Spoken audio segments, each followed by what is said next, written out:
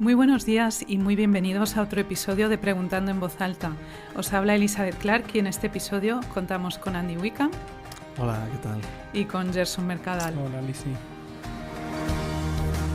Todos tenemos preguntas profundas y las respuestas a esas preguntas dan forma a nuestra vida. Esto es Preguntando en Voz Alta, un podcast de Fundación RZ.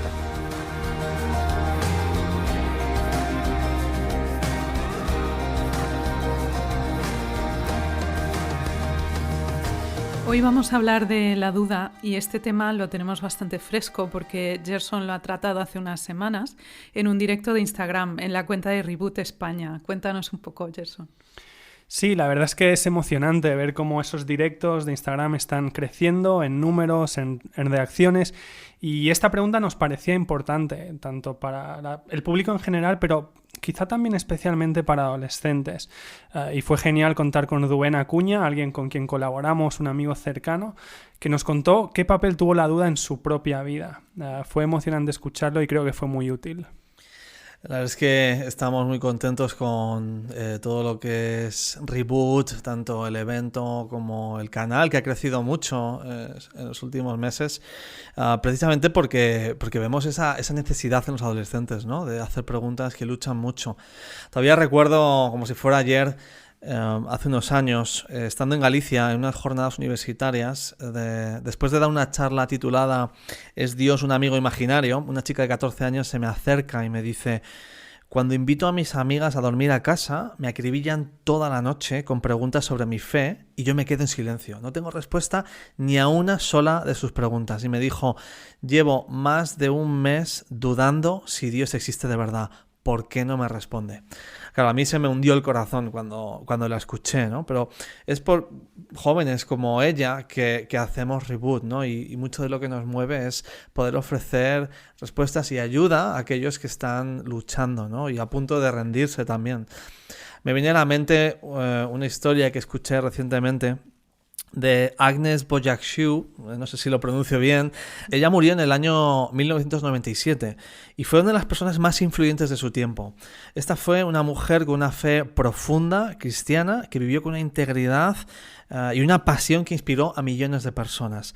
Era un amante de la vida y por eso también se pronunciaba muy en contra del aborto. Y después de una conferencia pública que hizo denunciando el aborto en Estados Unidos, le hicieron una pregunta al presidente de aquel entonces, Bill Clinton, que qué opinaba sobre lo que esta mujer había dicho. Claro, y él dijo: ¿quién puede discutir con una vida tan bien vivida?, ¿no? Pero lo cierto es que a pesar de que esta mujer tenía una fe tan fuerte y una vida tan impactante, hemos descubierto en cartas personales, en su diario, después de haber fallecido, que tenía unas luchas existenciales con su fe enorme. Ella, leemos, dice: tengo una sed enorme de Dios, y confesaba que se sentía vacía, sin fe, sin amor, sin celo.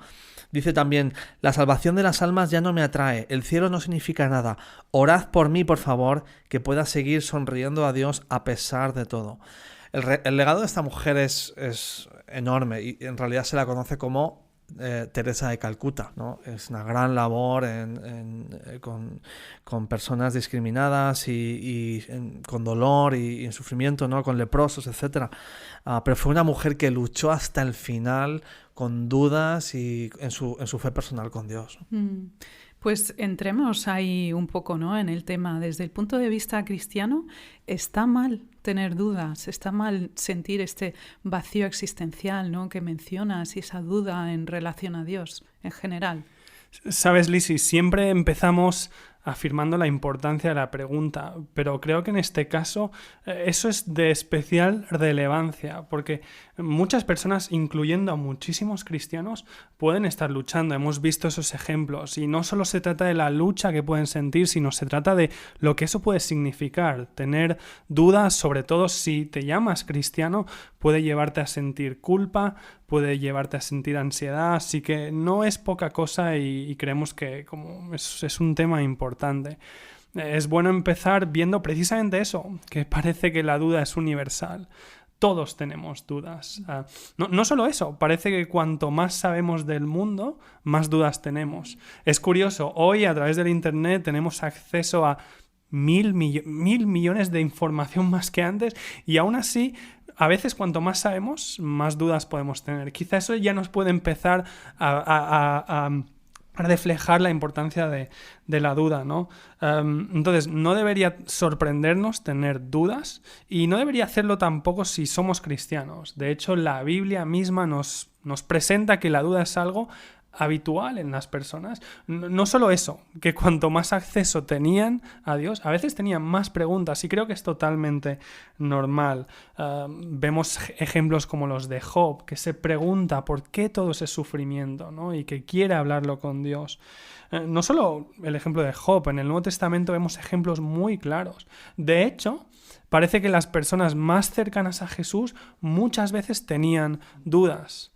Pedro era uno de sus mejores amigos y aún así renegó de Jesús en público en 3 ocasiones. Juan el Bautista, primo de Jesús, que había hablado de Jesús incluso antes de que se hiciera conocido públicamente, también dudó de él y se lo preguntó. Judas, ¿qué decir de Judas? Alguien que había estado con él y que obviamente tenía dudas para entender quién era esa persona. La Biblia nos presenta que la duda es algo normal. Pero una de las cosas que vamos a decir, estoy seguro, es que las dudas no deberían sorprendernos y que si las manejamos bien nos pueden llevar a un mayor conocimiento. Sí que es verdad que hay un versículo que a veces a mí me han planteado, ¿no? Y bueno, uno mismo tiene que hacerse esta pregunta. En Santiago 1:6 dice, está hablando de la oración, ¿no? Dice que pida con fe, sin dudar, porque quien duda es como las olas del mar, agitadas y llevadas de un lado a otro por el viento. Claro, uno podría decir, bueno, esto está hablando de una forma muy negativa de la duda, ¿no? Ahora, hay que tener en cuenta que la palabra que se está usando aquí tiene más que ver con decisión y con firmeza. En primer lugar, hay que matizar. Aquí estamos hablando de la oración. No de nuestra fe en general, está hablando de pedir por cosas y de hacerlo con firmeza, con decisión, que tiene que ver con el acto de pedirle a Dios, ¿no? Es decir, hablar con Dios presupone que creemos en Él y que nos puede dar lo que le estamos pidiendo. Esto es como ir a un banco, a ir a pedir una hipoteca y estar convencido de que ni el banco tiene dinero ni a ti te van a dar dinero. Es decir, que ya está todo vendido. La idea está en bancarrota antes de que la pongas a prueba, ¿no? Y creo que se está refiriendo a esta especie de, bueno, escepticismo radical o incongruencia, ¿no? Y no tanto a la duda sana, ¿no? Es curioso que, dentro de la filosofía, desde hace ya muchísimo tiempo, desde el principio, en lo que se conoce incluso en la Academia Media en Grecia, allí por el año 360 a.C., ya nació la corriente filosófica denominada el escepticismo, ¿no? El escepticismo filosófico, y el hombre que lo un poco abanderó se llamaba Pirro. Ahora, este hombre lo que básicamente decía es que no podemos conocer la verdad, es decir, tú no puedes afirmar nada, puedes opinar, ¿no? Puedes decir tengo frío, pero no hace frío, no podemos decir nada sobre la realidad, ¿no? Lo cual, claro, te lleva a un punto de un escepticismo pues muy radical, ¿no? Este hombre se chocaba con objetos porque decía no están ahí. Sus amigos le rescataron de caerse por un barranco más de una ocasión porque le decía no hay una realidad de un barranco, ¿no? Y te puede llevar realmente a un sitio difícil. En el momento en que tú empiezas a cuestionarlo todo, pues creo que el versículo habla de eso. Acabas pues movido por las olas de un lado para otro, ¿no? Como un borracho, porque no hay referencias, no hay nada que sea real y verdad, y te encuentras en un absoluto relativismo sumiso, en una perdición, en total oscuridad, ¿no? Creo que ese tipo de escepticismo no es muy sano, sobre todo no es vivible, no se puede vivir de una forma congruente si lo pones todo en duda. Creo que el papel de la fe implica duda, pero la fe, hoy hablamos de la fe de una forma un poco religiosa, ¿no? Pero creo que la fe va mucho más allá, tiene que estar basada en evidencias. Es muy útil lo que estás diciendo, Andy. Me recuerda que muchas veces los extremos no nos ayudan, ¿verdad? Nos has presentado un extremo y me recordaba precisamente a esto que estás diciendo ahora, sobre cómo la gente ve la fe, porque muchas veces la gente entiende la idea de fe como cierro los ojos, entierro la cabeza en la arena y no quiero saber nada de cualquier tipo de evidencia. Claro, o sea, el extremo opuesto de lo que sería el escepticismo, ¿no? Es decir, me lo trago todo. Lo que me han dicho es verdad y no lo cuestiono, ¿no? Y ¿sabes? Si eso fuera la fe, entonces claro que las dudas son un problema. Si la fe de la que nos habla la Biblia significa intenta con todas tus fuerzas creer que esto es verdad, cierra los ojos y por tu voluntad cree que esto es verdad, claro que las preguntas son un problema. Pero, y siempre lo decimos, esa no es la fe que vemos en la Biblia. Cuando la Biblia nos habla de fe, nos habla de confianza. En realidad eso es lo que significa la palabra fe. El griego original es pistis o pisteo y es una palabra que significa confiar en algo. De hecho, la propia palabra confianza viene de ahí. Confianza, confide, con fe. Lo que pasa es que hoy en día la palabra fe pues tiene un tinte religioso y hemos visto esa connotación, pero nada por el estilo. Cuando la Biblia habla de fe, habla de confiar en hechos y personas, específicamente en Jesús. No nos habla de porque sí, no. Nos habla de cosas específicas. Esto es importante porque tenemos que entender que todos ejercemos confianza. Todos ejercemos la fe, si me permites decirlo así, porque no tenemos el 100% de información en prácticamente nada en la vida. Nada. Cuando tú vas al médico, te estás fiando del médico, te estás fiando de que esta persona no te odia o que no te está engañando o que te está dando el medicamento correcto. Todos ponemos en funcionamiento nuestra confianza y siempre va a haber un cierto grado de cosas que no sabemos. La vida funciona así. Lo cierto es que yo diría que el 99% de la vida está basada en la confianza, en la fe. O sea, desde rayadas filosóficas como que yo no puedo demostrar que estoy despierto, yo no puedo demostrar mi propia autonomía de la mente, no puedo demostrar la existencia de otros, mi propia existencia, los hechos históricos también. No podemos demostrar el pasado de una forma empírica, no podemos demostrar que algo es bello, no podemos demostrar que algo está bien o que está mal, que es justo o injusto. Incluso ejercemos la fe dentro de la ciencia. Tú no puedes demostrar que las leyes físicas por las que se rige el universo son estables. Tú no puedes demostrar que mañana la gravedad no va a ser negativa o positiva o multiplicada por 5. El método científico se basa en la creencia de que el mundo es inteligible y hay una racionalidad y un orden que tampoco se puede demostrar. Podemos hacer números y hay muchas cosas que sí se pueden, pero la ciencia misma depende de creer en todas estas cosas. El libre albedrío o el amor, por ejemplo, ¿no? ¿Cómo demostramos el amor, no? Piensa en la persona que más te quiere, tu madre o tu abuela, ¿no? ¿Puedes demostrar de verdad? ¿Hay lugar para la duda de que te quiere, ¿no? ¿Cómo sabes si no le han pagado para darte cariño? ¿Cómo sabes si no tiene un desdoblamiento de personalidad y hace como que te quiere, pero luego en casa es otra persona?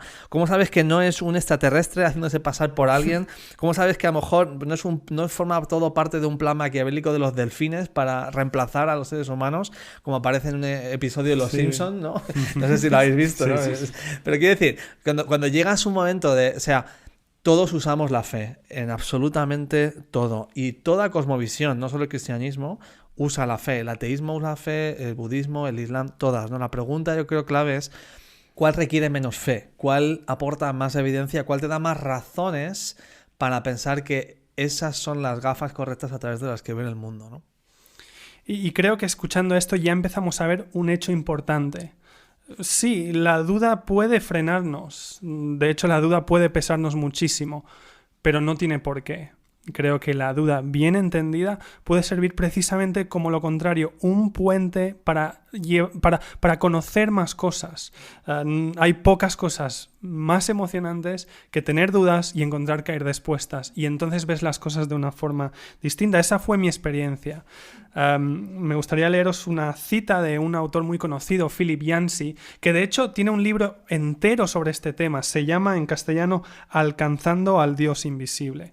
Y Philip Yancey escribe lo siguiente: la duda es el esqueleto en el armario de la fe. Y no se me ocurre una mejor manera de tratar un esqueleto que sacarlo a la luz y exponerlo por lo que realmente es. No algo ante lo que esconderse o tener miedo, sino una estructura sólida en la que el tejido vivo puede crecer.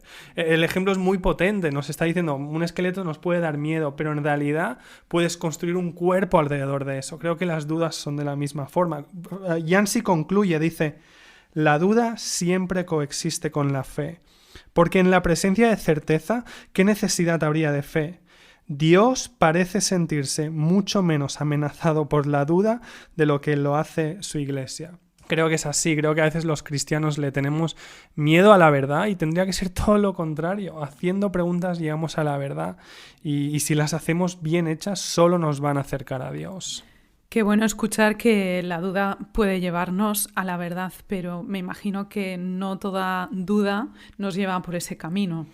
Exacto, creo que hay muchos tipos de duda, ¿no? En primer lugar, ¿qué causa la duda? Pues yo creo que hay todo tipo de factores. Puede ser el estrés, puede ser la influencia de amigos o traumas, pueden ser relaciones dañinas.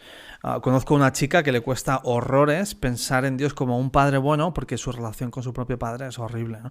O otro joven que conocí en unas jornadas universitarias, él me hablaba de que él quería creer en Jesús, pero no podía porque se había llevado a su abuela antes de tiempo y era incapaz de reconciliar eso, ¿no? Incluso él simplemente, yo creo que el hecho de vivir en una cultura extremadamente cínica como la nuestra, creo que te hace dudar de cualquier cosa que diga ser verdad, ¿no? Esta sospecha de algo que sea verdad. Hay muchas razones que te pueden llevar a dudar de Dios, pero no creo que sea algo necesariamente negativo. Ahora, tipos de dudas, creo que hay distintas y es importante saber tratar cada una como lo que es. Y a veces lleva tiempo averiguar el tipo de duda que es, ¿no? Hay gente que tiene dudas intelectuales y pues, por ejemplo, no ha demostrado la ciencia que Dios no existe, ¿no? Hay gente que tiene dudas emocionales. ¿Por qué ha permitido Dios que muera mi madre, ¿no? Hay gente que tiene dudas que son excusas. Por ejemplo, Jesús de verdad existió, ¿no? Son realmente pues excusas porque no quieren investigar más o les incomoda el cristianismo, ¿no? Creo que cada una hay que tratarla bien y la forma en la naturaleza de la duda, ¿no? Y luego tienes las dudas existenciales, ¿no? Que todos tenemos, ¿no? El mirar al espacio y decir, bueno, hay un Dios, ¿por qué estoy aquí? ¿Cuál es el propósito, ¿no? Y si hay un Dios, ¿por qué se esconde, ¿no? ¿O dónde está? ¿Cómo puedo saber la verdad, ¿no? Volviendo un poco a ese papel de la duda en la fe, ¿no? Es muy interesante. Os cito al pensador Unamuno, que en una de sus poesías dice: «Fe soberbia, impía, la que no duda, la que encadena Dios a nuestra idea». Pero luego en otras de sus poesías, como en la de su Salmo 1, dice: «¿Por qué, Señor, nos dejas en la duda? Duda de muerte, ¿por qué te escondes? ¿Por qué encendiste en nuestro pecho el ansia de conocerte, el ansia de que existas, para velarte así a nuestras miradas? ¿Dónde estás, mi Señor? ¿Acaso existes?». Os pregunto, ¿qué tipo de Dios se esconde o por qué no hace algo para que no tengamos estas dudas tan profundas? He luchado y conozco a mucha gente que ha luchado con esta pregunta, ¿no? Bueno, fue Carl Sagan, ¿no? El que dijo, si existe un Dios, ¿por qué no poner una cruz brillando todas las noches en el cielo, ¿no? Y así salimos todos de dudas, ¿no? Si Dios es este Padre bueno que nos ama, ¿qué padre se esconde de sus hijos, ¿no? ¿Por qué ser tan cruel, ¿no? O sea, ¿cómo reconciliamos eso? Bueno, yo creo que la primera pregunta que tendría es si debemos nosotros ser los que le imponemos a Dios cómo debe revelarse a nosotros, por ejemplo, con una cruz en el cielo o cualquier otra exigencia que podamos tener, ¿no? Creo que entiendo el problema que plantea no ver a Dios, obviamente, pero no sé si tiene mucho sentido que Él tenga que manifestarse de la forma en que nosotros le exijamos. Porque si Dios es un ser superior, creo que tenemos que reconocer que no podemos marcar nosotros cómo tiene que Él hacer las cosas, ¿no? Es decir, ¿qué tendría que hacer Dios para que le hicieses caso? Imagínate por un segundo que una chica que te gusta te dice: solo sabré que me amas si me compras un diamante de 1.000.000 euros. Ahora, yo estoy muy agradecido de que eso no me ha pasado a mí, porque jamás habría podido demostrar mi amor, por muy genuino que fuera, pero sería justo por la parte de ella exigir cómo demostrar mi amor por ella, ¿no? Normalmente la persona que ama es quien elige cómo expresa ese amor y desde luego con los recursos que tiene, no con los que no tiene, ¿no? Creo que de la misma forma Dios es libre de expresar su amor por nosotros de la forma que Él quiera. Ahora la pregunta que tenemos que hacernos es, ¿estoy abierto a la posibilidad de que hay un Dios que me ama? ¿Estoy abierto a que quizás lo está haciendo de una forma que no es tan obvia para mí, pero que sí que es obvia? ¿Cómo se está mostrando o revelando Dios? Creo que esa es la pregunta más relevante, ¿no? El filósofo Søren Kierkegaard contaba la historia de un rey poderoso que al pasar por una calle quedó prendado de una plebeya. Y se dijo, ¿cómo podría casarme con ella? Podría forzarla con su autoridad o podría llamar su atención con toda su riqueza y su poder, pero en ambos casos nunca sabría si su amor por él sería sincero. El rey sabía que para ser correspondido de verdad tendría que esconder su esplendor. Así que la única solución que le queda es no hacerse pasar por plebeyo, sino que deja su trono, renuncia a su título, se hace carpintero, aprende el lenguaje de la calle y de tú a tú, de igual a igual, se gana el corazón de la plebeya, ¿no? Pues cuánto más el Dios del universo, que nos ama y quiere que le amemos de forma libre y sincera, igual que el rey, y no que le busquemos por conveniencia o por lo que le podemos sacar o por estar abrumados por su esplendor, ¿no? Creo que esta es la clave de entender por qué Dios se esconde hasta cierto punto, insisto, hasta cierto punto. Para que le amemos de verdad tiene que limitar su revelación o sería demasiado abrumador. Ahora, este es un problema que tienen los famosos. ¿Cómo puede Bill Gates saber quién es su verdadero amigo? O Justin Bieber, quién es, si una mujer le ama de verdad por quién es él y no por todo lo que conlleva ser Justin Bieber, ¿no? Es un problema muy real. Esta es la historia del cristianismo, que Dios se ha hecho hombre, carpintero, en la persona de Jesús, para que le conozcamos de igual a igual, para que le amemos de forma libre, pero sobre todo para revelarnos a Dios. Jesús vino como la mayor revelación de Dios.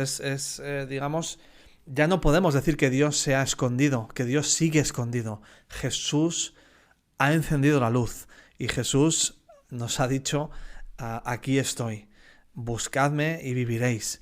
Él es esa persona, Él es la gran revelación. Jesús, curiosamente, dijo que Él era la luz del mundo, lo cual nos dice que hay mucha oscuridad. Y nos dice que la luz vino al mundo, pero que el hombre prefiere la oscuridad antes que la luz, apuntando a una realidad que es dura de tragar, y es que a veces no nos interesa encontrar la verdad o no nos interesa acercarnos a Dios porque se van a revelar demasiadas cosas sobre nosotros y porque es incómodo, porque Él es santo y nosotros no. Y esa quizás también puede ser a veces una motivación de plantear dudas. Hablábamos antes de como excusas. A veces planteamos dudas como excusas para no acercarnos a un Dios incómodo que muestra con su luz todas mis fealdades, ¿no? Os planteo otro caso, ¿no? ¿Qué ocurre si estamos convencidos en cuanto a la existencia de Dios y todo lo que nos ofrece, las buenas noticias de Jesús, pero no acabamos de poder interiorizarlo, de aceptarlo personalmente? Creo que es un caso común. Las buenas noticias de Jesús son de que Dios se ha hecho hombre y Él viene a pagar por todo lo que está mal en mi vida, todas esas fealdades, todos mis fracasos morales y a todos los niveles, por toda mi oscuridad.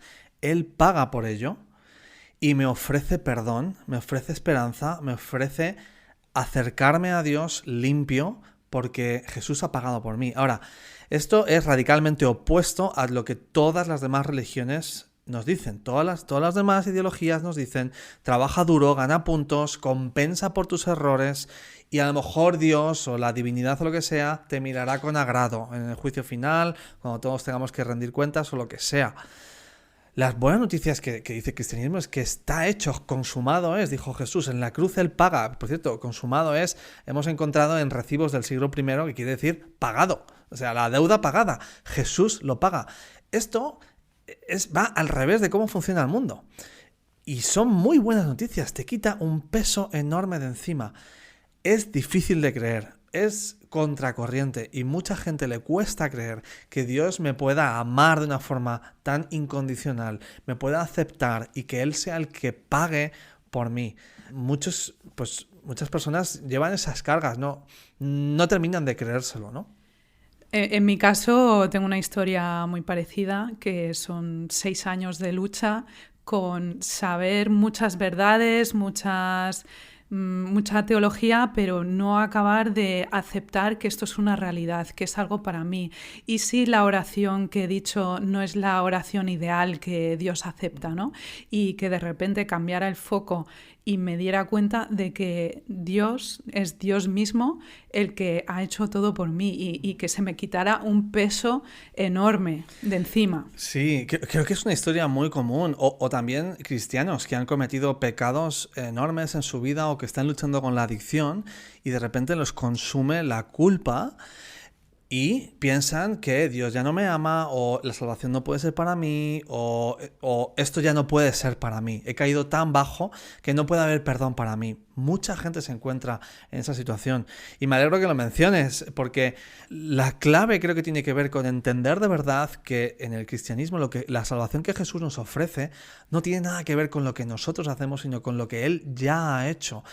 Es decir, yo no puedo sumar a lo que Jesús ya ha hecho. Son noticias, no es un manual. Y en el momento en que por fin te das cuenta, como fue tu caso, ¿no?, de que es la salvación que Él ha conseguido por mí, da igual lo que haga, da igual lo que falle, está pagado, Él lo ha hecho. Cuando eso por fin uno lo interioriza, lo asimila y lo vive, el cambio es radical. Es lo que se llama pues la transformación por el amor. La gracia nos transforma y nos convierte en personas que extienden gracia y que aman. Es la transformación que ofrece Dios, ¿no?, y que tanto necesitamos. Me viene a la mente la historia de Hien, que fue un hombre que fue traductor de Rabbi Zacarías hace ya muchísimos años. Durante 17 años, esto ocurrió en Vietnam, no se supo nada de él hasta que de repente este hombre, Hien, llamó a las oficinas para hablar con nosotros y contó su historia. Él hablaba de que durante esos 17 años había estado encarcelado en una prisión de mala muerte, donde le habían forzado a leer propaganda comunista todos los días y torturas, etc. Y después de aguantar tantos años, dice que estaba listo para abandonar su fe y decidió que nunca más volvería a hablar con Dios. Ahora, creo que el sufrimiento y las torturas le llevaron a dudar de la bondad de Dios y a perder su fe. Fue el elemento claro, ¿no? Una vez más, dudar de la bondad de Dios. Una de esas torturas era obligarle a limpiar los retretes ultra asquerosos, como te puedes imaginar, de esta cárcel de mala muerte. Y un día, limpiando los váteres, vaciando la papelera, recogió un papel lleno de excremento y que por detrás leyó que era la Biblia, Romanos capítulo 8. Y descubrió que uno de los oficiales estaba usando la Biblia como papel higiénico. Así que se ofreció él todos los días a limpiar los baños para poder conseguir más páginas de la Biblia. Y lo que él comenta es que eso le mantuvo con vida durante todo este tiempo, ¿no? Dios le alcanzó en lo más oscuro y profundo de su sufrimiento y de su incredulidad y de sus dudas. Porque Dios oye el clamor del que le busca y creo que puede encontrarnos en el lugar más vil o inesperado. O aunque estemos dudando, aunque estemos en total oscuridad y desesperación, Dios alcanza con su luz. Él dice, clama a mí y yo responderé. Pues gracias, Andy. La realidad es que es un tema muy personal y muy importante y que, como decíamos, muchos de nosotros habremos experimentado. Gracias, Lisi, también por contarnos parte de tu historia. Creo que es algo por lo que muchos habremos pasado. Y creo que una de las cosas más reconfortantes es recordar cómo funciona la fe, recordando que es esa confianza. Me gusta usar el ejemplo de un lago helado. Imagínate que estás caminando por un bosque y de golpe ves un lago que parece estar helado. ¿Sabes? Tú puedes observarlo, tú puedes llamar al Instituto de Meteorología si quieres, tú puedes hacer todas estas cosas y es útil hacerlo, si quieres hacerlo es muy útil, pero al final lo que va a marcar la diferencia es qué pasa cuando te pongas encima. Porque, escucha, la fe no depende de la fuerza con la que tú la tengas o de la calidad de tu fe, sino que depende del fundamento. Lo importante de la fe no es cuán seguro estés tú, sino si el fundamento es seguro. Tú podrías ser la persona más confiada del planeta, pero si ese hielo es fino, se va a romper. Todo lo contrario, tú podrías dar un paso y tener dudas. Tú podrías estar encima del hielo pensando, ¿qué estoy haciendo? Se va a romper. ¿Qué hago yo aquí? Nunca he hecho esto antes. Pero si el hielo es duro, el hielo va a aguantar. Y creo que eso es lo importante, sobre qué estamos poniendo nuestra fe. De hecho, Andy, has mencionado Romanos 8 y creo que Pablo tenía algo parecido en mente cuando escribió, sobre todo el final. Romanos 8 es uno de esos capítulos por excelencia en los que Pablo hace un resumen de las cosas más básicas de la teología cristiana. Y aún así, cuando llega al final, cambia de tono. Cuando Pablo llega al versículo 31, cambia de tono. Dice, ¿qué diremos a esto? Pablo, a partir de aquí, no añade teología nueva, no añade cosas nuevas, porque él sabe que a veces no basta con escuchar las cosas y que se nos queden en el cerebro, sino que necesitamos que nos lleguen al corazón. Creo que Pablo lo que está intentando decirnos es, todas estas verdades son para ti. Habéis mencionado algunas preguntas, ¿no? Pablo nos está diciendo, son para ti. Pablo utiliza un par de recursos. El primero hace unas preguntas muy potentes, preguntas que él deja sin respuesta porque él quiere que se respondan solas. Por ejemplo, si Dios está por nosotros, ¿quién estará contra nosotros? Piénsalo. Estamos hablando del Dios que creó el universo, el Dios que te creó a ti, el Dios que ha hecho tantísimas cosas. Si Él está por ti, ¿quién estará contra ti? Luego pregunta Pablo, el que no eximió ni a su propio hijo, nos estabas hablando de esto, ¿verdad, Andy?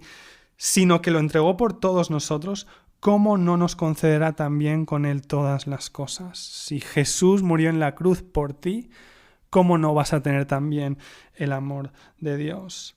¿Quién acusará a los escogidos de Dios? Hablamos de la culpa, ¿no? Y Pablo hace esa pregunta. Si Dios es el que justifica, dice, si Dios es el que justifica y Él ha pagado por ti, ¿quién puede echarte la culpa? Nadie. Y sabes, Pablo termina este fragmento con unas de las palabras más conocidas de la Biblia y me gustaría leerlas literalmente, porque creo que son muy potentes. Y seas quien seas, creo que son tan ciertas para ti como lo eran cuando Pablo las escribió. ¿Sabes? Hasta este momento Pablo en ese capítulo ha estado usando el verbo saber, sé que, pero aquí utiliza otro verbo. Dice, estoy convencido. Dice así, porque estoy convencido de que ni la muerte ni la vida, ni ángeles ni principados, ni lo presente ni lo porvenir, ni los poderes, ni lo alto ni lo profundo, ni ninguna otra cosa creada nos podrá separar del amor de Dios que es en Cristo Jesús, Señor nuestro. No queremos decir que esa lucha no sea real y si la estás teniendo, queremos mandarte ánimo, oramos por ti. Pero al final te apuntamos a este Dios del que hemos estado hablando, porque al final lo que importa es eso, ese fundamento. Y si las palabras de Pablo son ciertas, no tenemos que tener ningún miedo ni ningún temor, porque Dios nos ama y nada nos podrá separar de ese amor. Potente. Os dejamos con esas palabras de aliento y recordad, si queréis que nos lleguen vuestras preguntas, vuestros comentarios, solo tenéis que mandarnos un correo, un audio a info@fundacionrz.es. También podéis pasaros por el canal de YouTube de Fundación RZ y podéis dejar un comentario en los vídeos del podcast. Y recordad que nos volveremos a encontrar aquí muy pronto. Hasta la próxima. Gracias. Sí. Esto ha sido Preguntando en Voz Alta, un programa de Fundación RZ. Descubre más audios, vídeos y artículos en nuestra página web fundacionrz.es.